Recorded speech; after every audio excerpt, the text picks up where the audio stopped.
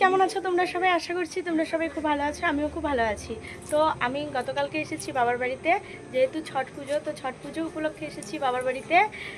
তো কালকে ছিল লাউ ভাত, কালকে এসেছি, সেগুলো কোনো কিছু তোমাদের সাথে শেয়ার করা হয়নি, কারণ আমার শরীরটা অসুস্থ, মানে আমার শরীর খারাপ, অসুস্থ বলতে খারাপ, সর্দি কাশি হয়েছে, সাথে আমার বরের সাথে একটা বড় দুর্ঘটনা ঘটে গেছে, সেটা অন্য কোনো একটা ব্লগে তোমাদের সাথে শেয়ার করব।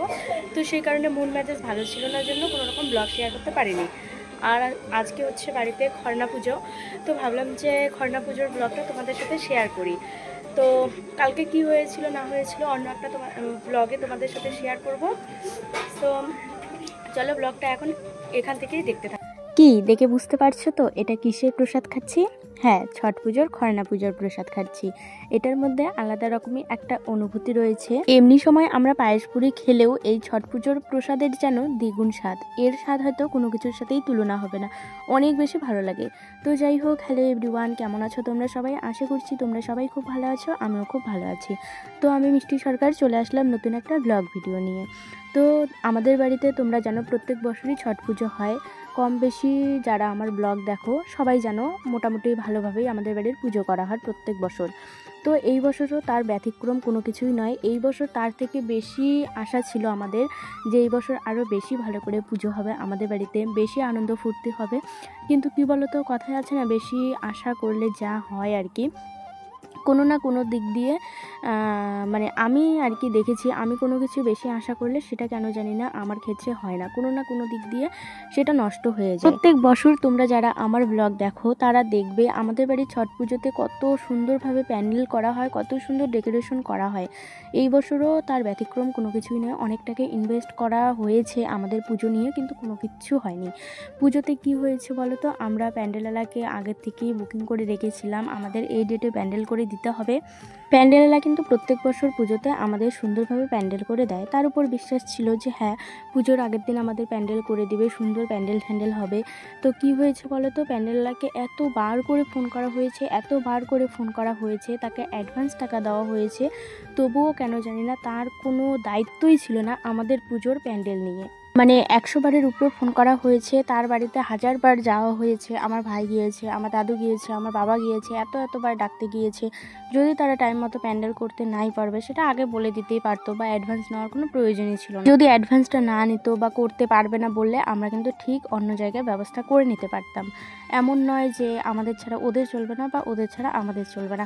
যাই হোক, পুজোর প্যান্ডেল তো এই বছর মানে সেরকমই কোনো কিছু হয়নি। যখন আমরা ঘাটে আসবো তখন প্যান্ডেলওয়ালা এসেছে আমাদের বাড়িতে প্যান্ডেল করে দেওয়ার জন্য, মানে নামমাত্র প্যান্ডেল করে দিয়েছে।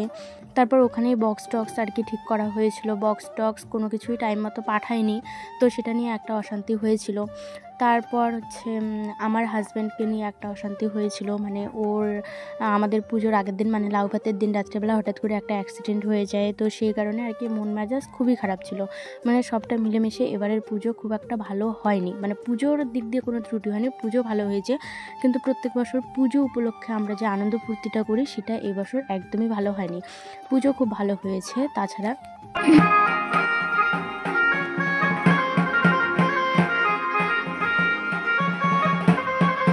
এটা ছিল আমাদের বাড়ির পুজোর বিকালের ঘাটের, মানে ঘাট সাজানোর জন্য এত সুন্দর সুন্দর জিনিস নিয়ে আসা হয়েছে। মানে কথায় আছে না, ওই যে টাকা গেছে, কোনো কিছু এবার মন মতো করতে পারিনি। তো যাই হোক, মন মেজাজও ভালো ছিল না, মানে প্রত্যেকটা দিক দিয়ে অশান্তি ছিল, সেই কারণে ঘাটটাও ভালোভাবে সাজানো হয়নি। তো ছট মা যতটুকু চেয়েছে ততটুকু পেয়েছে, তার মধ্যে থেকেও যতটা আনন্দ করতে করা যায় ততটা আমরা করেছি, কিন্তু প্রত্যেক বছর যতটা হয় সেই তুলনায় খুব কম হয়েছে। আর এবারে হচ্ছে আত্মীয় স্বজনও খুব একটা আসেনি, মানে বেশি আত্মীয় স্বজনকেও বলা হয়নি, তার মধ্যে থেকে যাদেরকে বলা হয়েছে তারাও আসেনি, মানে আত্মীয় স্বজনের সংখ্যাও খুব কম ছিল। যাই হোক, এখানে পাড়া প্রতিবেশী লোক ছিল, তারপরে যাদের মানতি ছিল তারা ছিল, তারপর কিছু আত্মীয় স্বজন এসেছে তারা ছিল। তো সবাই মিলে দেখো আমাদের বিকেলের ঘাটের পুজো কিন্তু সুসম্পন্ন হয়ে গেছে। আর আমি যেরকম প্রত্যেক বছরই উপোস থাকি, এই বছরও কিন্তু উপোস ছিলাম। তো উপোস থেকে আমিও কুলো মাথায় নিয়ে ঘাটের বাড়ি এসেছিলাম। তো এখন বাড়িতে যাচ্ছি আমরা। দেখো এদিকে অন্ধকার হয়ে এসেছে। তারপর প্রত্যেক বছর পুজোতে আমার কাকা থাকে, মানে আমার বড় কাকা থাকে। এই বছর আমার কাকাও ছিল না, আমার মাসি থাকে, আমার মাসিও ছিল না, মানে যাদেরকে নিয়ে বেশি আনন্দ হয় পুজোতে তারাই ছিল না। তারপর আমার বৌদিরা ছিল না, পিসিরা কেউ আসেনি, মানে এই জন্য আর কি পুজোটা অনেকটাই সবাইকে, মানে যেহেতু অনেক আত্মীয় স্বজন ছিল না সেই কারণে আর কি ফাঁকা ফাঁকাই লাগছিল।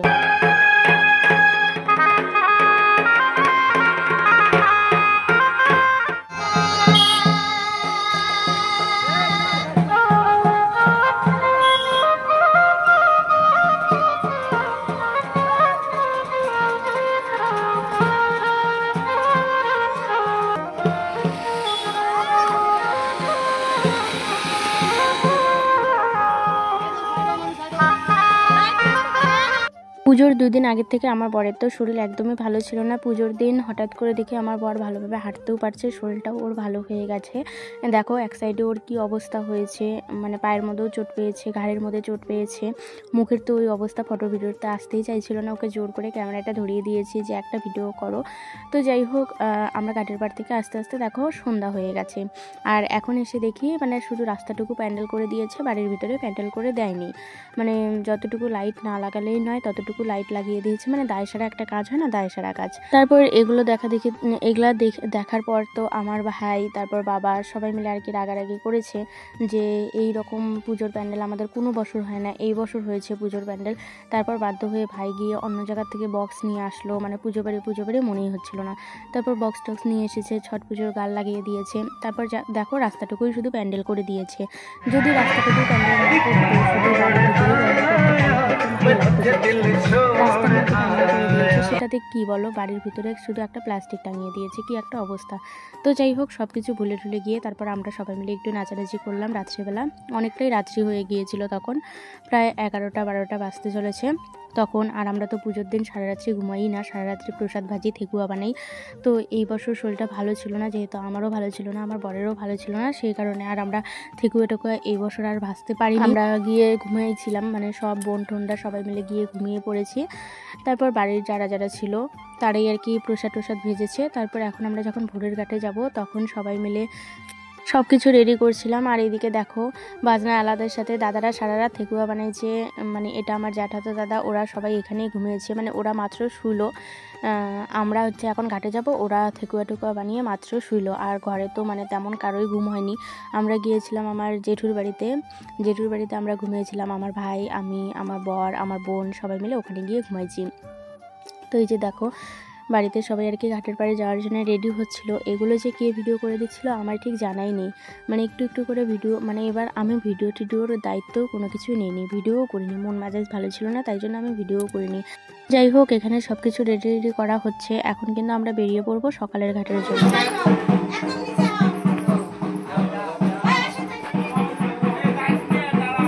বিকেলের ঘাটের মতনই আবার সবাই মিলে মাথায় কুলো নিয়ে এবার যাচ্ছি আমরা ঘাটের দিকে। আর এখন মনে হয় রাত্রি 3টে কি 3:30 বাজে, তখন আমরা বেরিয়ে পড়েছি। আর দেখো কি পরিমাণে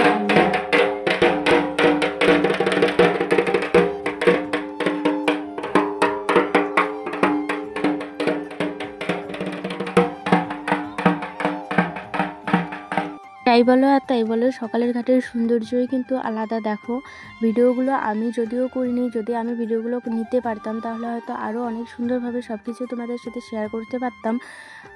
বোনরা ভিডিও করে দিয়েছে, তো ওরা যেমনভাবে করে দিয়েছে তেমনভাবেই তোমাদের সাথে শেয়ার করছি। এখানে যখন বাতিগুলো প্রদীপগুলো ধরাচ্ছিল এত বেশি সুন্দর লাগছিল। যাই হোক এখানে অনেকক্ষণ জলের মধ্যে থাকার পর একটু করে আলো ফুটে এসেছে। তারপর আমাদের প্রায় জলের পুজো হয়ে গেছে, এখন আমরা বাড়ির দিকে যাবো। এখন সবাইকে সিঁদুর পরিয়ে দিচ্ছিল আর কি, আমাদের বিহারিদের যে সিঁদুর রয়েছে সেই সিঁদুরটা সবাইকে পরিয়ে দিচ্ছিল। এই তো আমাদের পুজো হয়ে গেছে, এখন আমরা ঘাটের থেকে উঠছিলাম, সেই টাইমে ফোনটা নিয়ে একটু ফটো আর ভিডিও তুলে নিলাম। তো এখন আমরা যাব বাড়ির দিকে। আর আমি আগেই বাড়িতে চলে গিয়েছিলাম, এখানে আরও অনেক নিয়ম টিয়ম ছিল। ওরা আসার আগে, যেহেতু আমাদের ঘাটের থেকে বাড়ি একদম কাছে, আমি আগেই বাড়িতে গিয়েছি, গিয়ে অনেক জামা কাপড় ছিল সেগুলো ধুয়েছি, স্নান করেছি। আর এইদিকে ফোন আমার একটা বোন ধরে দিচ্ছিল, ওকে বলেছিলাম বুনু যা একটু দায়িত্ব নিয়ে ভিডিওগুলো কর। তো বাচ্চা মানুষ ভিডিও করেছে, তো ভিডিওগুলো একটু মানে অন্যরকম হয়েছে, হেলা হেলি এরকম হয়েছে। যাই হোক একটু অ্যাডজাস্ট করে দেখে নিও তোমরা।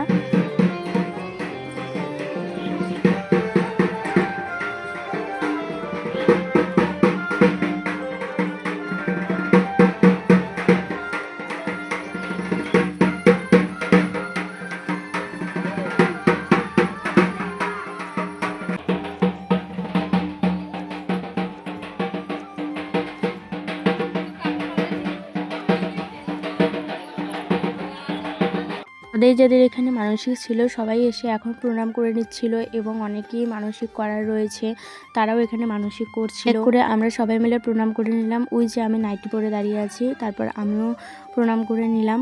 যাই হোক, এই 2 দিন তো অনেক ঠেকুয়া বানানো হয়েছে, সেগুলো আর তোমাদের সাথে শেয়ার করা হয়নি। তারপর 2 দিন পরে আমরা বানাচ্ছিলাম খাস্তা আর ঠেকুয়া। আমি এখানে খাস্তার জন্য আটা মাখছিলাম আর আমার একটা দাদা এখানে ঠেকুয়ার জন্য আটা মাখছিল। আজকে ঠেকুয়াটা অন্যভাবে বানানো হচ্ছিল আর আমি প্রথমবার খাস্তা বানাচ্ছিলাম, ভীষণ ভালো হয়েছিল খেতে।